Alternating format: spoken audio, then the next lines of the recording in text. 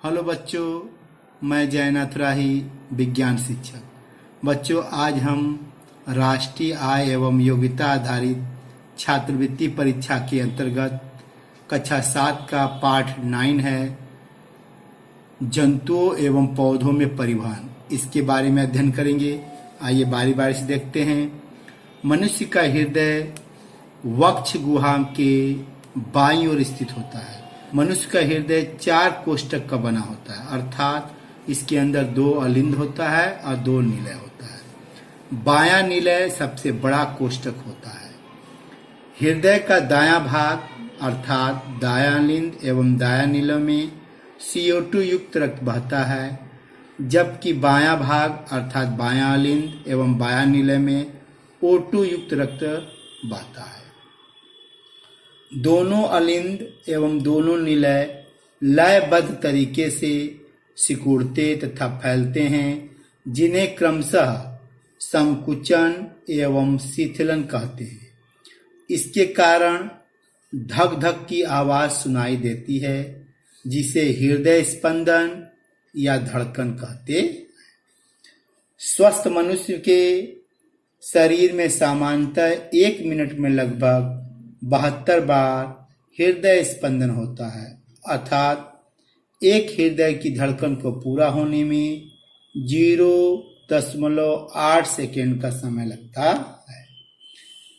Stethoscope, जिसे हम आला बोलते हैं, से हृदय की धड़कन मापा जाता है। शरीर में फुफ्फुस धमनी में अशुद्ध रक्त CO2 युक्त रक्त बहता है, जबकि फुफ्फुस शिरा में शुद्ध रक्त अर्थात O2 युक्त रक्त बहता है। यह एक अपवाद है। क्या अपवाद है?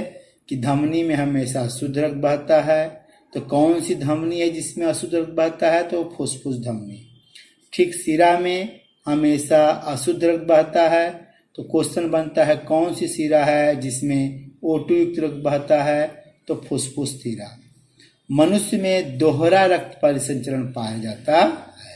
धमनियां ये गहरे लाल रंग की दिखाई देती हैं।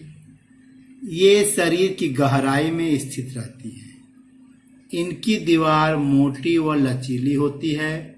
इनमें रक्त अधिक दाब से बहता है। आए शिराएं देखें, ये हरे नीले रंग की दिखाई देती हैं। ये शरीर में कम गहराई अर्थात ऊपरी सतह में स्थित होती है। इनकी दीवार पतली एवं कम लचीली होती है।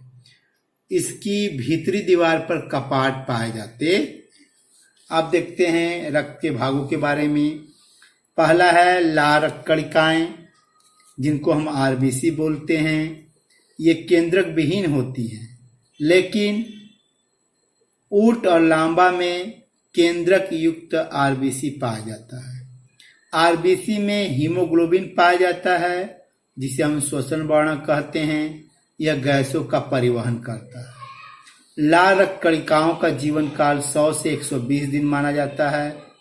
यदि एक्यूरेट बताया जाए तो 120 दिन का जीवन काल RBC का होता है।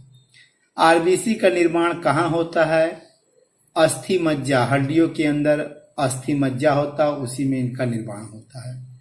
भ्रूणावस्था में RBC यकृत तथा प्लीहा में क्या बनता है? RBC का निर्माण होता। अब देखते हैं श्वेत रक्त कणिकाएं, जिसको हम WBC कहते हैं। ये केंद्रक युक्त होते हैं। इनका केंद्रक अनियमित आकार का होता है। श्वेत रक्त कणिकाएं रंगहीन होती हैं। इनका जीवन काल 1 से 4 दिन का होता है।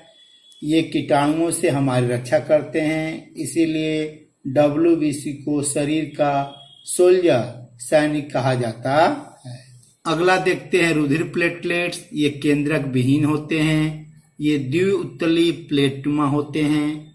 इनका जीवन काल 8 से 10 दिन का होता है। कार्य क्या है? चोट लगे स्थान पर रक्त का थक्का जमाना। ये मेन कार्य किसका? रुधिर प्लेटलेट्स का है। डेंगू बुखार में रक्त प्लेटलेट्स की संख्या कम हो जाती है। रक्त का थक्का जमाने में प्रोथ्रोम्बिन एवं फाइब्रिनोजन नामक प्रोटीन सहायक होते हैं। क्षतिग्रस्त स्थान से एक हल्के पीले रंग का द्रव निकलता है जिसे सीरम कहते हैं। कार्ल लैंडस्टीनर ने मनुष्य में पाए जाने वाले 4 रक्त समूहों की खोज की थी। क्या क्या है? रक्त समूह ए, बी, ए बी और ओ। मनुष्य के रुधिर में 2 प्रकार के प्रोटीन पाए जाते हैं, एक प्रतिजन जिसको हम एंटीजन बोलते हैं, दूसरा प्रतिरक्षी जिसे एंटीबॉडी। प्रतिजन क्या होते हैं? आरबीसी के कोशिका कला की बाहरी सतह पर एक विशेष प्रकार का प्रोटीन पाया जाता है जिसे हम प्रतिजन कहते हैं। ये 2 प्रकार के होते हैं, प्रतिजन ए एवं प्रतिजन बी।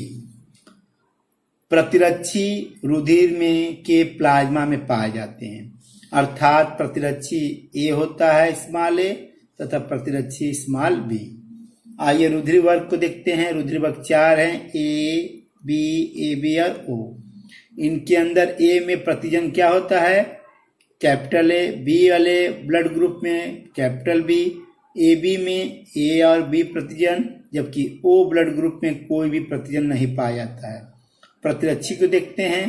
ए रक्त समूह में बी स्मॉल बी प्रतिरक्षी पाया जाता है, बी में स्मॉल ए बी में कोई प्रतिरक्षी नहीं पाया जाता है, ओ में प्रतिरक्षी के रूप में ए स्मॉल ए होता है तथा स्मॉल बी।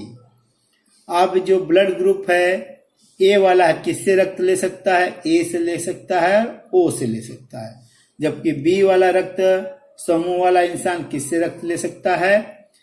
बी वाले से ले सकता है और ओ से ले सकता है। ए बी वाला जो रक्त समूह है किससे रक्त ले सकता है? ए से ले सकता है, बी से ले सकता है, ए बी और ओ से ले सकता है। और जबकि ओ रक्त वाला समूह वाला व्यक्ति किससे रक्त ले सकता है? केवल ओ से ले सकता। यह सबसे रक्त लेता है, इसीलिए ए बी रक्त समूह को सर्वग्राही कहते हैं। अब देखते हैं किसको किसको ये रक्त दे सकते हैं। ए ब्लड ग्रुप वाला इंसान किसको रक्त दे सकता है? ए को दे सकता है और ए बी को। बी वाला रक्त समूह वाला इंसान बी वाले को दे सकता है और ए बी को। ए बी वाला रक्त समूह वाला इंसान किसको रक्त दे सकता है? केवल ए बी को दे सकता है, जबकि ओ वाला ए रक्त को भी दे सकता है, बी को भी दे सकता है, ए बी को भी दे सकता है और ओ को भी दे सकता। रुधिर बैंक में रुधिर को 4.5 डिग्री सेल्सियस या 40 डिग्री फ़ारेनहाइट पर कांच की या प्लास्टिक की वायुरुद्ध बोतलों में सुरक्षित रखा जाता है। रुधिर को रुधिर बैंक में संरक्षित रखने के लिए उसमें सोडियम साइट्रेट मिलाकर रखा जाता है। विश्व का सबसे प्रमुख रुधिर बैंक कौन है? रेड क्रॉस सोसाइटी है।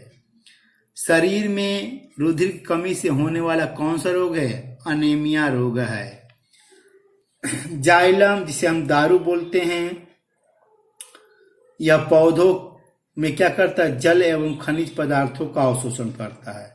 जाइलम जड़ों से अवशोषित जल एवं खनिज लवणों को घोल के रूप में तनों से होते हुए पत्तियों तक पहुंचाते हैं, जबकि फ्लोएम यह भोज्य पदार्थों का स्थानांतरण करता है।